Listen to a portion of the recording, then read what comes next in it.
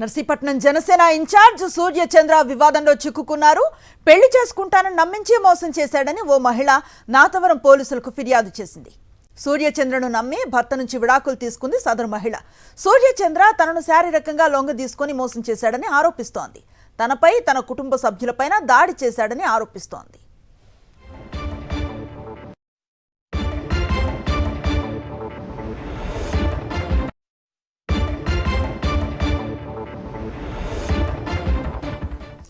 Narsipatnam Janasena incharge Suryachandra వివాదంలో చిక్కుకున్నారు.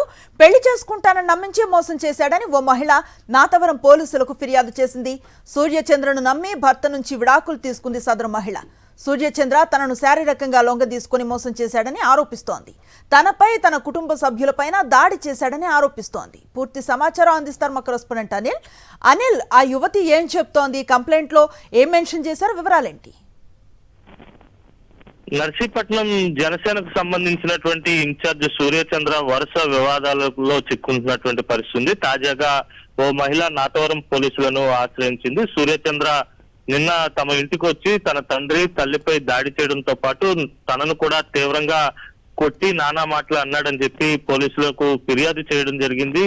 గతం నుంచి కూడా తనను ప్రేమిస్తున్నానని చెప్పి వేధించేవాడని, అందుకు కారణంగా భర్త గతంలో ఉన్నటువంటి భర్తకు కూడా విడాకులు ఇప్పించాడని చెప్పి ఆమె ఆ ఫిర్యాదులో పేర్కొనడం జరిగింది. ఉద్దేశపూర్వకంగా పెళ్లి చేసుకుంటానని నమ్మించి భర్తతో విడాకులు ఇప్పించి ఇప్పుడు పెళ్లి చేసుకోకుండా చిత్రహింసలకు గురి చేస్తున్నాడని చెప్పి పోలీసులకు ఫిర్యాదు చేయడం జరిగింది. అయితే పోలీసులు ఇంకా కేసు నమోదు చేయలేదు. వాస్తవాలకు సంబంధించినటువంటి విచారణ చేపడుతున్నటువంటి నేపథ్యం కూడా కనిపిస్తుంది. గతంలో కూడా ఆ జనసేన పార్టీ కార్యాలయంలోనే మద్యం సేవిస్తున్నటువంటి ఫోటోలు కూడా ఈ సూర్యచంద్రవి బయటకు వచ్చాయి. అప్పుడు కూడా ఆయన చుట్టూ వివాదం చెలరేగింది. మరోసారి సూర్యచంద్ర వివాదాల్లో చిక్కున్నారు. జనసేన పార్టీకి సంబంధించి ఓ నియోజకవర్గ ఇన్ఛార్జ్ గా ఉంటూ మహిళను అత్యంత హింసించడం, అలాగే వారి కుటుంబ సభ్యులను కూడా కొట్టడం, వారిని కూడా హింసించడం అనేది అత్యంత దారుణమైన విషయంగా స్థానికంగా అంతా కూడా తీవ్రమైనటువంటి ఆగ్రహాన్ని వ్యక్తం చేస్తున్నారు. మరోవైపు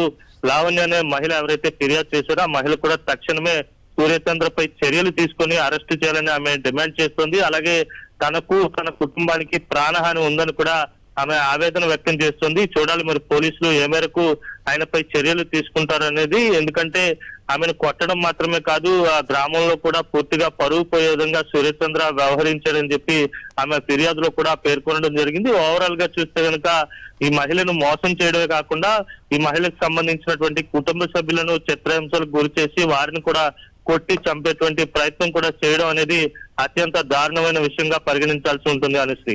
right, thank you Anil. Suryachandra 13 సంవత్సరాల నుంచి నన్ను పెళ్లి చేసుకుంటానని చెప్పుకుంటూనే వచ్చాడు. కానీ ఇప్పటికి వచ్చేసి పెళ్లి గురించి అడిగితే ఏదో నోట్ వచ్చినట్టు మాట్లాడడం, తిట్టడం, ఏం తిడుతున్నాడో కూడా తెలియకుండా తిట్టడం, అనుమానించడం, బాగా టార్చర్ ఎక్కువైపోయింది ఈ మధ్యకాలంలో. బాగా చేసుకుంటాను ఇదిగో అదిగో అన్నట్టు చెప్తున్నాడు. రాత్రి సడన్గా వచ్చి మేము పడుకున్నాం. ఆ టైంలో పడుకుంటే వచ్చేసి సడన్గా నాకు ఫోన్ కావాలి, డాక్యుమెంట్స్ ఉన్నాయి, నేను అవన్నీ తీసుకోవాలి అర్జెంట్ అంటే, నాన్నగారు వచ్చేసి మార్నింగ్ రా, ఇప్పుడు నైట్ టైం అది ఇంటికి అది రాకు అని చెప్పేసి అన్నారు. అంటే మార్నింగ్ నువ్వెవడోరా నన్ను అంటాను, కానీ నన్ను మొత్తం చెప్పారు. ఇంకా అతని నుంచి టార్చర్ తగ్గాలి కొంచెం, మాకు అతని నుంచి కొంచెం భయం వేస్తుంది ఆయన కోసం. చేసుకోమని అడిగినప్పుడు చేసుకోవట్లేదు, ఏదో చెప్తున్నాడు, లేకపోతే గొడవ పెట్టుకుంటున్నాడు.